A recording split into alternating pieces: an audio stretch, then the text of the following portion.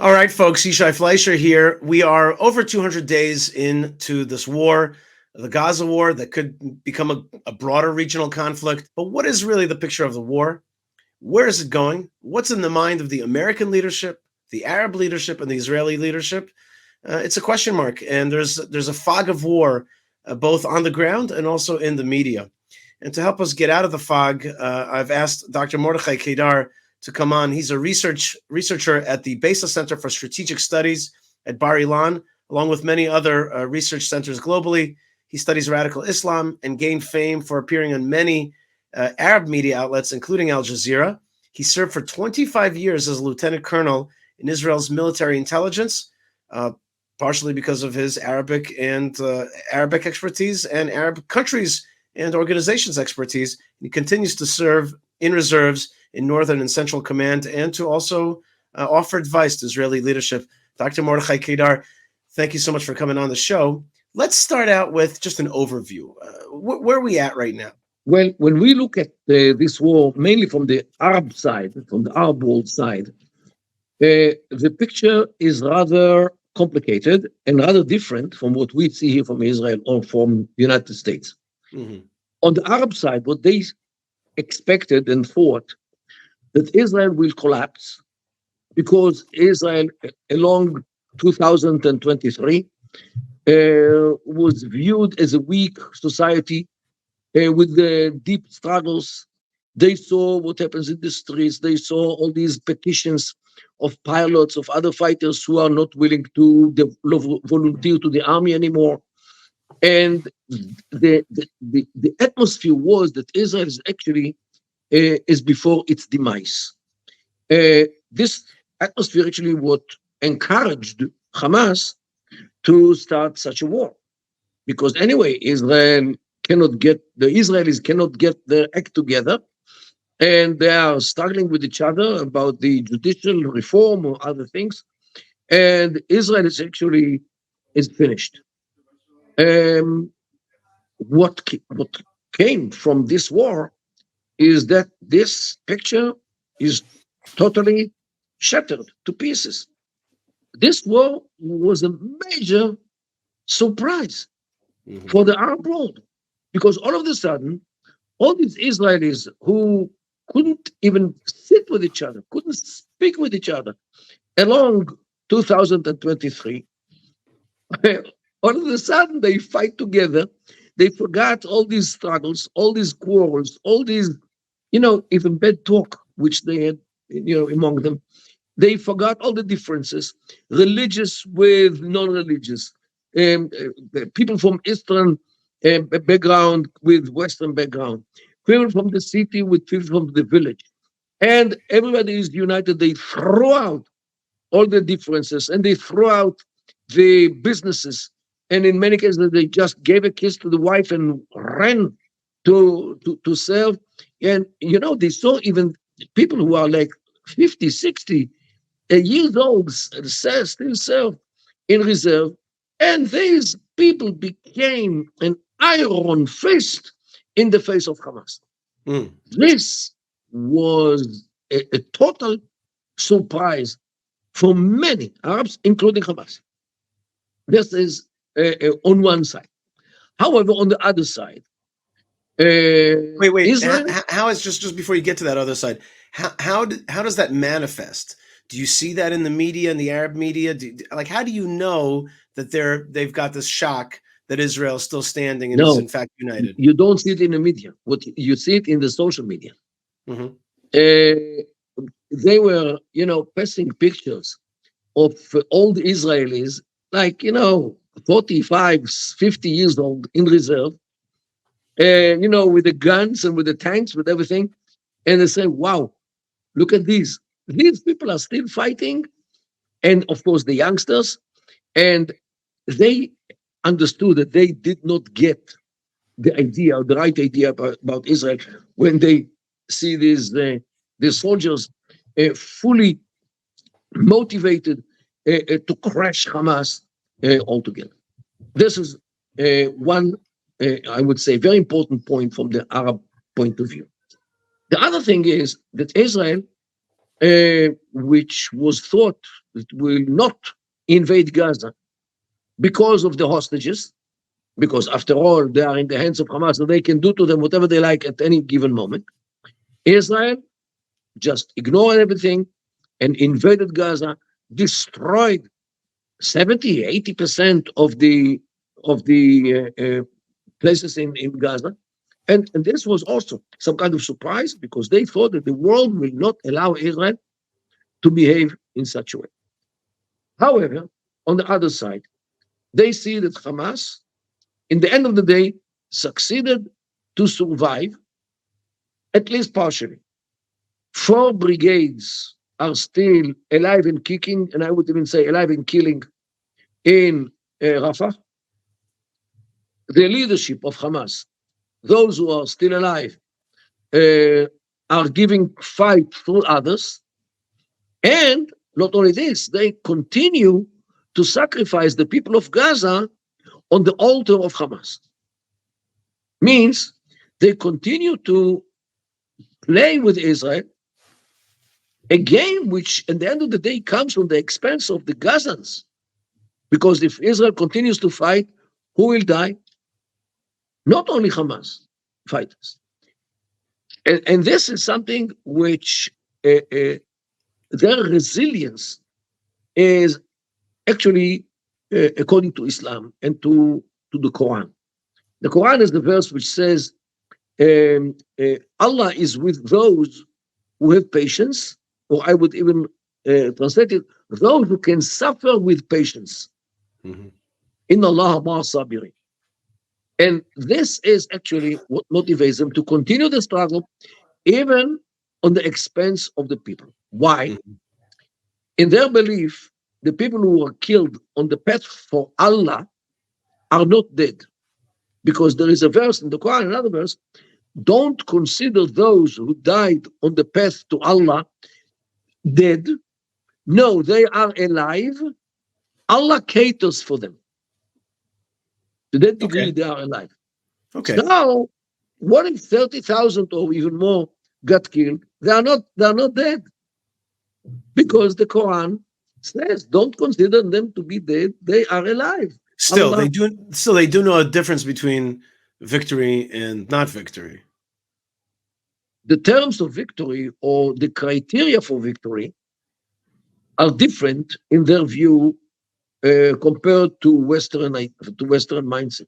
So if they survive, If one Hamasnik will remain alive, even without one leg and without one hand and without fingers in the other hand, if he still can stand on the ruins of a mosque and do like this, he won. Because he will make children and the children will continue the struggle after 20, 30, 40 years. This is how they are motivated by Islam to think that, first of all, we are not dead, even those who are dead, because Allah said that they are not dead. Secondly, if they are dead, we'll renew ourselves in 20, 30 years and continue the struggle, not have a new struggle. We'll continue the struggle. So they think from the Islamic point of view, and this point of view actually gives them more, I would say, resilience, or a way, or the power for resilience. You use a term out there, which I use because I studied it from you, but some people disagree with it. You use the term jihad. Jihadists, jihad is a term that used for Hamas, ISIS, Al Qaeda, etc. Is that a correct term to use out there when we're talking about these folks? They use it. Right. They use it. And because you are part of the jihad, and the jihad is very important obligation, which the Muslim, everyone should implement. So if they get killed in the jihad, it's okay. They are not dead anyway. Right. They are in heaven, enjoying the goodies of heaven, and Allah caters for them, as it states in the Quran. So their mindset is totally different compared to ours. Now, there are places in the world where the jihad is making not heavenly but earthly gains, earthly gains. For example, in England, jihadists are being elected to office. There was a video that came out which I didn't fully understand. I wanted to ask you about Shiite rights being practiced in the middle of some British street. And then there's also the issue of the Americans in the United States of America. There are now centers of jihadism. If it's Paterson, New Jersey, or if it's Dearborn, Michigan, and they have their representatives in Congress. And it seems that if I'm a jihadist, I'm thinking to myself, the president of the United States is also catering to us like Allah. He's also making sure that we're safe and that Israel is not successful against us, and he's embargoing weapons against them. And here we go. Now the world is on our side, on the jihad side. Is that a correct read or an incorrect read? How's the jihad seeing its global gains right now? Well, jihad is not only fighting, military jihad. Also, migration to other countries is part of the jihad, because it's the way to take those countries without even one shot. That's a principle of jihad, immigration? Jihad is everything which promotes Islam on the expense of the other religions. Everything. Even education, Islamic education, which they give everywhere where they live. This is part of the education jihad. If they set fire in the church, this is an arson jihad. If they call to BDS against Israel, boycott and divestment and sanctions against Israel, this is economic jihad. Everything which is being done in order to promote or to strengthen Islam in the world and to weaken the infidels, it is defined as jihad. Is Israel on the way to destruction? Are they on the way to victory? How are they seeing? They say that finally, or end of the days, Israel will collapse, because Israel is isolated in the Middle East. Israel is surrounded by Muslims, and the Israelis will do the job for them, because first of all, the Quran said that the Jews will destroy their homes by their own hands and the hands of their believers, means the Muslims. Already the Quran says it. Secondly, they see it on the ground, how Israeli bulldozers are destroying here and there Israeli buildings in Judea and Samaria, how they destroyed in 2005, how they destroyed Gush Katif in Gaza, and how they formerly they destroyed Yamit, which was built in Egypt on northern Sinai, Neviot and other villages which Israel built in Sinai after 1967. So definitely Jews are people, strange people, who destroy their homes by themselves, as it's stated in the Quran. Mm-hmm. I didn't know that. I did not know that. I didn't know that the Quran has that statement about Jews destroy. Uh-huh. Yeah. How do they see the global disposition? Are they seeing themselves as on the march right now? Or was what you said earlier about Israel surprising them, has that sent them backwards a little bit? Look, when they are defeated in the battlefield, or they are suffering as their citizens in Gaza, in the southern part of Gaza, they consider it as a kind of ordeal that Allah checks them, whether they will be loyal to Him and to His mindset, whether they will be loyal or disloyal, and so on. If they continue to fight, they will have the Nasr, means the victory, eventually, when Allah gives them the victory. While if they don't deserve, if they don't succeed in this ordeal, Allah will make sure that they are defeated. Mm-hmm. So this is how they view wars, as some kind of ordeal.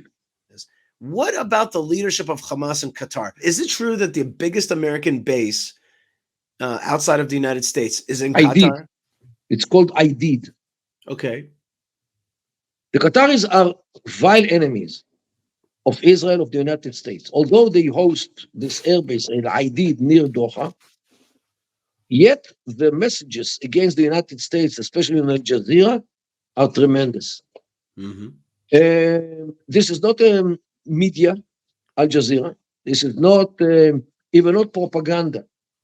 This is a sheer media jihad device run by Qatar in order not to become any normal state. Qatar is a terror supporting country. Qatar pays people, bribes people, bribes people in the politics, in academic institutions, in the media, because these three poles are actually the basis of the Western world. Which three They poles? could The media, academia. the media, academia, and politics. Mhm. This is where money is, and of course, they try to buy everything like malls, office buildings, apartment buildings, whatever they can, in order to control as many as possible areas in the West, which they highly encourage their people to migrate to. They really give tons of money, billions of dollars go to American universities to buy chairs. Not only this, there is a story with one of the universities in Texas actually established an extension in Doha, in Qatar, and they found out, the ISGAP organization found out and published that the extension in Doha has access to the mainframe system of the university. It's okay. But this university had also cooperation with Los Alamos, the nuclear laboratories of the United States of America. So the Qataris had access to Los Alamos. And the Qataris, as you know, are in bed with the Iranians. So just imagine what the Iranians took out from this computer of this university, which is connected uh, to the Los Alamos. So, and this, once it was revealed, immediately they closed this link. So this is how I would say stupidly the West behaves vis-a-vis the jihadists of Iran, of other organizations as well. All right, last big topic, and that is the Israel's north. There is a conflict out there already now, and I must point out that Israeli cities like Kiryat Shmona have basically been Evacuated. evacuated and are still evacuated. Is there going to be a full-blown conflict with Hezbollah this summer or not? What do you think? There is a very good possibility that Hezbollah will be willing very enthusiastically to drag this issue to the summer, to after the summer, in order to undermine every attempt of the Israelis to start a new, let's say, life in the north.